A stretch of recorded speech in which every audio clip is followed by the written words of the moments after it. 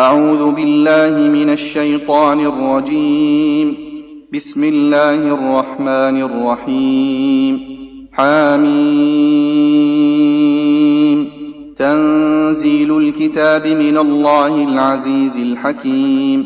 ما خلقنا السماوات والأرض وما بينهما إلا بالحق وأجل مسمى، والذين كفروا عما أنذروا معرضون. قل أرأيتم ما تدعون من دون الله أروني ماذا خلقوا من الأرض أم لهم شرك في السماوات، ائتوني بكتاب من قبل هذا أو أثارة من علم إن كنتم صادقين. ومن أضل ممن يدعو من دون الله من لا يستجيب له إلى يوم القيامة وهم عن دعائهم غافلون. وإذا حشر الناس كانوا لهم أعداء وكانوا بعبادتهم كافرين. وإذا تتلى عليهم آياتنا بينات قال الذين كفروا للحق لما جاءهم هذا سحر مبين أم يقولون افتراه، قل إن افتريته فلا تملكون لي من الله شيئا، هو أعلم بما تفيضون فيه، كفى به شهيدا بيني وبينكم وهو الغفور الرحيم. قل ما كنت بدعا من الرسل وما أدري ما يفعل بي ولا بكم، إن أتبع إلا ما يوحى إلي وما أنا إلا نذير مبين. قل أرأيتم إن كان من عند الله وكفرتم به وشهد شاهد من بني إسرائيل على مثله فآمن واستكبرتم إن الله لا يهدي القوم الظالمين. وقال الذين كفروا للذين آمنوا لو كان خيرا ما سبقونا إليه، وإذ لم يهتدوا به فسيقولون هذا إفك قديم. ومن قبله كتاب موسى إماما ورحمة، وهذا كتاب مصدق لسانا عربيا لينذر الذين ظلموا وبشرى للمحسنين. إن الذين قالوا ربنا الله ثم استقاموا فلا خوف عليهم ولا هم يحزنون، أولئك أصحاب الجنة خالدين فيها جزاء بما كانوا يعملون. ووصينا الإنسان بوالديه إحسانا حملته أمه كرها ووضعته كرها وحمله وفصاله 30 شهرا حتى إذا بلغ أشده وبلغ 40 سنة قال رب أوزعني أن أشكر نعمتك التي أنعمت علي وعلى والدي وأن أعمل صالحا ترضاه وأصلح لي في ذريتي إني تبت إليك وإني من المسلمين. أولئك الذين نتقبل عنهم أحسن ما عملوا ونتجاوز عن سيئاتهم في أصحاب الجنة، وعد الصدق الذي كانوا يوعدون. والذي قال لوالديه أف لكما أتعدانني أن أخرج وقد خلت القرون من قبلي وهما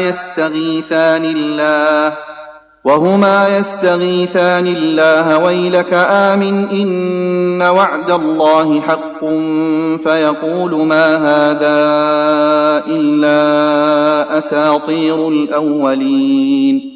أولئك الذين حق عليهم القول في قد خلت من قبلهم من الجن والإنس إنهم كانوا خاسرين.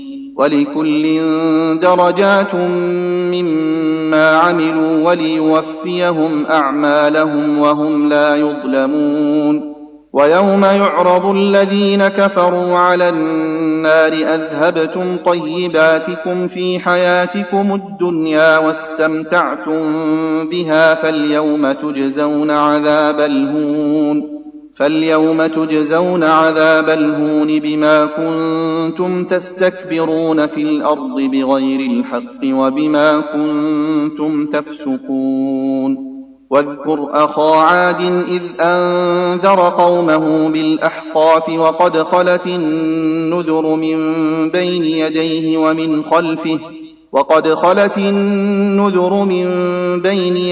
ومن خلفه ألا تعبدوا إلا الله إني أخاف عليكم عذاب يوم عظيم. قالوا أجئتنا لتأفكنا عن آلهتنا فأتنا بما تعدنا إن كنت من الصادقين. قال إنما العلم عند الله وأبلغكم ما أرسلت به ولكني أراكم قوما تجهلون. فلما رأوه عارضا مستقبل أوديتهم قالوا هذا عارض ممطرنا بل هو ما استعجلتم به ريح فيها عذاب أليم تدمر كل شيء بأمر ربها فأصبحوا لا يرى إلا مساكنهم كذلك نجزي القوم المجرمين. ولقد مكناهم في ماء مكناكم فيه وجعلنا لهم سمعا وأبصارا وأفئدة فما أغنى عنهم سمعهم ولا أبصارهم ولا أفئدتهم من شيء إذ كانوا يجحدون بآيات الله وحاق بهم ما كانوا به يستهزئون. ولقد أهلكنا ما حولكم من القرى وصرفنا الآيات لعلهم يرجعون. فلولا نصرهم الذين اتخذوا من دون الله قربانا آلهة بل ضلوا عنهم وذلك إفكهم وما كانوا يفترون.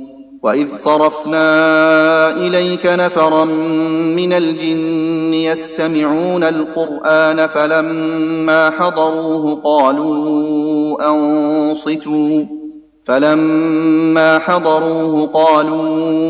أنصتوا فلما قضي ولوا إلى قومهم منذرين.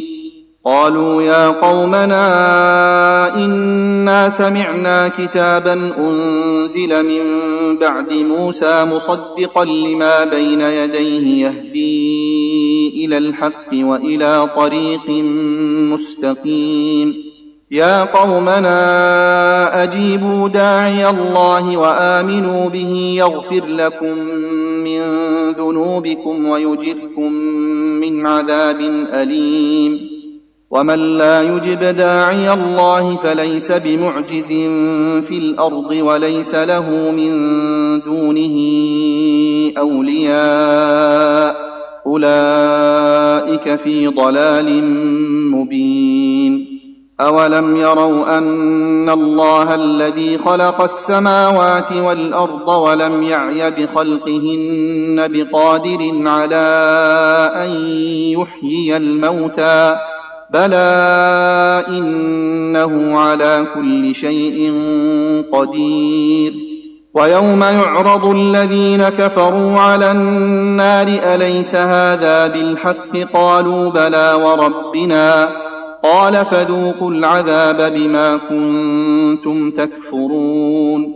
فاصبر كما صبر أولو العزم من الرسل ولا تستعجل لهم كأنهم يوم يرون ما يوعدون لم يلبثوا إلا ساعة من نهار بلاغ فهل يهلك إلا القوم الفاسقون